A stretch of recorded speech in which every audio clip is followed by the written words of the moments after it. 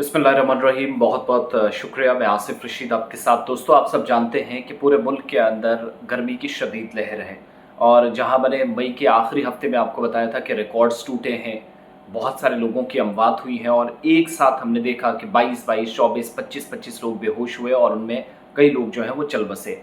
ताज़ा सूरत हाल ये है कि जो हीट स्ट्रोक वाला मामला है, जिसको आप ये कहते हैं कि जी सख्त गर्मी है, जिसमें लू भी लगती है, जिसमें गर्म हवा आपके मुंह पर थपेड़ों की तरह पड़ती है। ऐसा लगता है कि कोई थप्पड़ मार के चला गया हो और बड़ी मुश्किल से खुले आसमान में दिन में धूप में आप बाहर निकल सकते हैं। ये बहुत मुश्किल हो गया है। पूरे मुल्क के अंदर 50 से ज़्यादा लोगों की मौत हो चुकी है। हालांकि जो हमने मुख्तलिफ रिपोर्ट्स पढ़ी, जो हमने रिसर्च की, उस पर पता चलता है कि तकरीबन 150 के आसपास लोग ओवरऑल मारे गए हैं।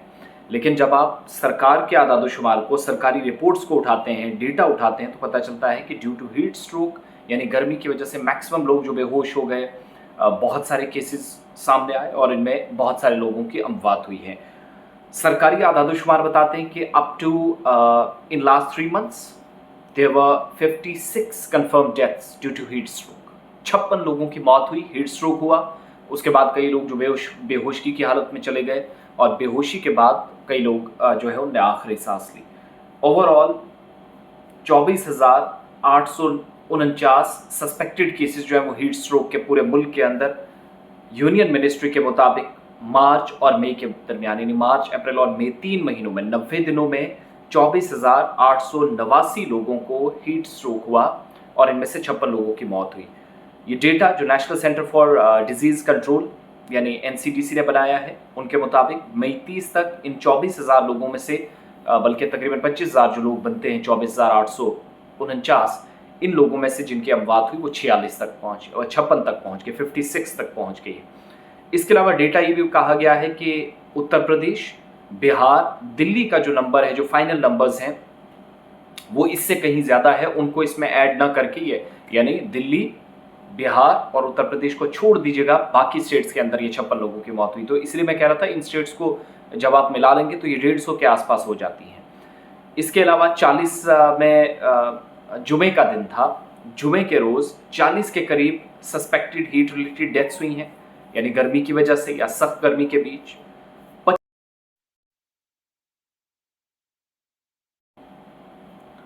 25 लोग जो स्टाफ डिप्लॉय किया गया था पोल ड्यूटी पर उत्तर प्रदेश और बिहार के अंदर, इन 40 में से यानी जुमे के रोज़ जिन 40 लोगों को हीट वेव की वजह से नुकसान उठाना पड़ा, इनमें से 25 लोग जो थे वो डिप्लॉय किए गए थे, जो अमले के एहलकार थे, यानी इंतखाबी अमला था।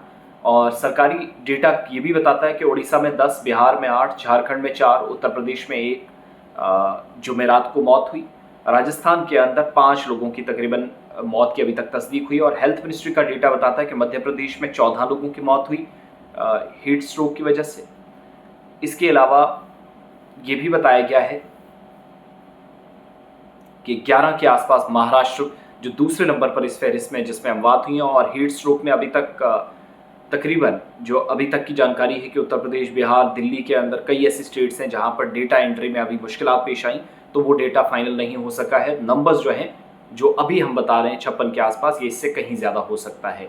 National centre for disease control NCDC ने अभी तक हीट स्ट्रोक ज़्यादा कहा गया कि हाइपरथर्मिया, जहाँ पर मैक्सिमम लोगों की बॉडी का टेम्परेचर काफ़ी हाई हो गया, अचानक से मैक्सिमम लोग गिरे, कोलैप्स हो गए और ज़मीन पर गिरने के बाद कई लोगों की मौत हो गई, मैक्सिमम इस तरह के केसेस। और 40 डिग्री के आसपास जिन जिन लोगों ने बर्दाश्त नहीं किया वो इस हालत से ज़्यादा गुजरे हैं।